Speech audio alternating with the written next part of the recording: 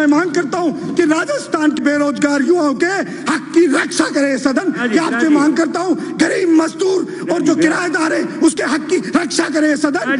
बड़े लोग विदेशों से एक बीमारी लेकर के यहाँ आ गई और जान पर आ पड़ी गरीब और मेहनत कश मिडिल क्लास लोगों के ऊपर।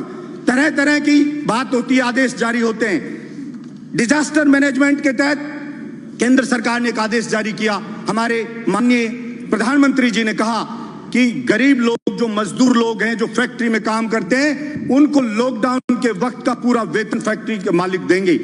लेकिन एक भी गरीब को, हिंदुस्तान को, अगर सच्चाई आप जानना चाहते हैं तो आपने बोला, और स्टेट गवर्नमेंट ने भी, मैं कोई पक्ष नहीं लूंगा, अगर गलती स्टेट गवर्नमेंट की होगी तो निश्चित रूप से छाती ठोक के विरोध भी करके मैं बोलूंगा कि यह चीज गलत है। हिंदुस्तान की सभी स्टेट गवर्नमेंट ने आदेश जारी कर दिया, डायरेक्शन जारी कर दिए कि हां सबको लॉकडाउन के वक्त का वेतन दिया जाएगा, लेकिन एक को भी नहीं मिला, एक भी आदमी को। इसलिए मैं मांग करता हूं इस सदन के अंदर कि आप कोई बिल लेके आए और आप बिल्कुल इस चीज के लिए स्ट्रिक्टली उसको जारी करवाएं। केवल बोलने से सस्ती लोकप्रियता हासिल करके पीछा नहीं छूटेगा। आप उस गरीब को उसका हक दिलाएं, उसको जो उसकी नौकरी छूट गई, निकाला जा रहा है, उसका वेतन नहीं मिल रहा है, उसको दिलाएं। स्कूल लगी नहीं एक दिन भी, मैंने कभी नहीं सुना कि ऐसा हो सकता है एक दिन बच्चा स्कूल में नहीं गया, कोई टीचर ने उसको पढ़ाया नहीं है। गरीब मजदूर है, महंगी महंगी फीस है, उसके घर पे रोज कॉल आ रहे हैं और आप ऑनलाइन क्लास चालू कर दी तो उसको बेइज्जत किया जाता है। उस गरीब मजदूर के बच्चे को, फलाना लड़के आपकी फीस जमा नहीं हुई है, आपके पेरेंट्स को बोलिए फीस जमा कराएं। मैं कहना चाहता हूं इस सदन के अंदर एक भी व्यक्ति ने इस बात पर चर्चा नहीं की अब भाई इस गरीब की स्कूल की फीस कैसे माफ होगी। और सुप्रीम कोर्ट में गए, अभिभावक गए, तो सुप्रीम कोर्ट ने कहा हर स्टेट के अलग अलग चीजें प्रॉब्लम है, अलग अलग स्थितियां, आप हाई कोर्ट में जाइए, वहां की गवर्नमेंट से बात करिए। लेकिन मैं कहना चाहता हूं, आपने बोल दिया, एक बार बोलने से नहीं होगा।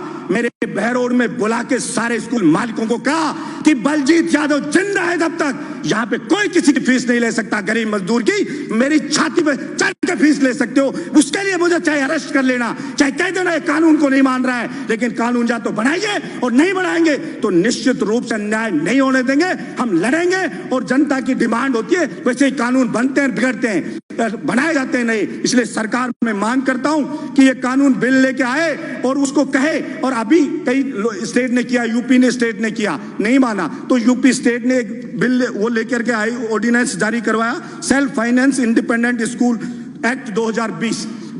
क्योंकि स्कूल मालिक को अगर आप कुछ नहीं कहोगे तो वो रुकेगा नहीं, केवल आपके भाषण से कहने से नहीं रुकेगा। आपको कोई भी ऑर्डिनेंस लेकर के आइए, जारी करिए, कोई एक्ट बनाइए तो आप कह सकते हो। ये कतई भी व्यवहारिक नहीं है कि एक दिन भी कोई स्कूल बच्चा गया नहीं और उससे फीस ली जाएगी। मकान किराया, सभापति महोदय, गरीब का, किसान का बेटा यहाँ कोचिंग करता, तैयारी करता है, वो बेचारा कॉलेज यूनिवर्सिटी में पढ़ता है, किराए पे मकान लेके रहता है। आपने लॉकडाउन कर दिया, वो अपने घर पे अटक गया, उसका सामान पड़ा है यहाँ पे मकान मालिक के पास। मकान मालिक कह रहा है कि मुझे किराया चाहिए लॉकडाउन के वक्त का भी। वो कैसे किराया दे? वो किसान, उस बेचारे के कमाई बंद, फसल उसकी उजड़ गई, मजदूर की फैक्ट्री में नौकरी छूट गई, सब कुछ बर्बाद हो गया उसका। और फिर उससे कह रहा बिजली का बिल आ रहा है, वो बिजली का बिल माफ करना चाहिए उसका। और वो मकान किराया, आप अगर कोई वास्तव में नीडी है, वास्तव में कोई गरीब है मकान मालिक कि उसके सब कुछ उसी पर चलता है, तो सरकार सर्वे करवाए और केंद्र सरकार और स्टेट गवर्नमेंट मिलकर के वो मकान किराया दे। कोई बहुत ज्यादा किराया नहीं है। आप सैनिटाइजर छिड़का रहे हो, सब बातें करें, सैनिटाइजर छिड़को, कुछ नहीं होना। सैनिटाइजर पानी छिड़केंगे, खा जाएंगे लोग बाग। इसलिए आप ये चीज करने की बजाय मकान का किराया दें, बिजली का बिल माफ करें और वो जो मजदूर है उसको उसका हक दिलाएं, उसको उसका वेतन मिले, ये चीज सुनिश्चित करें। पड़ोस का स्टेट मध्य प्रदेश अभी कह रहा है केवल मध्य प्रदेश के लोगों को सरकारी नौकरी मिलेगी।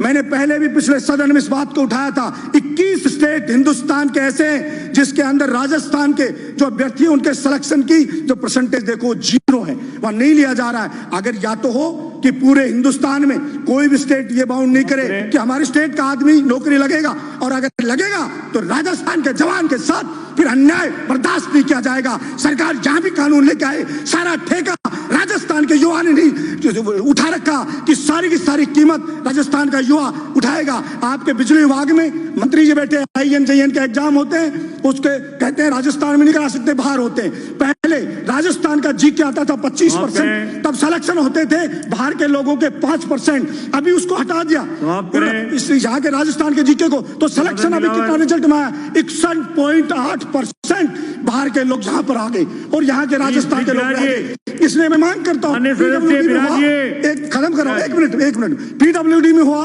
उसके अंदर जीके है राजस्थान की, उसमें 5% बाहर के लोग आए।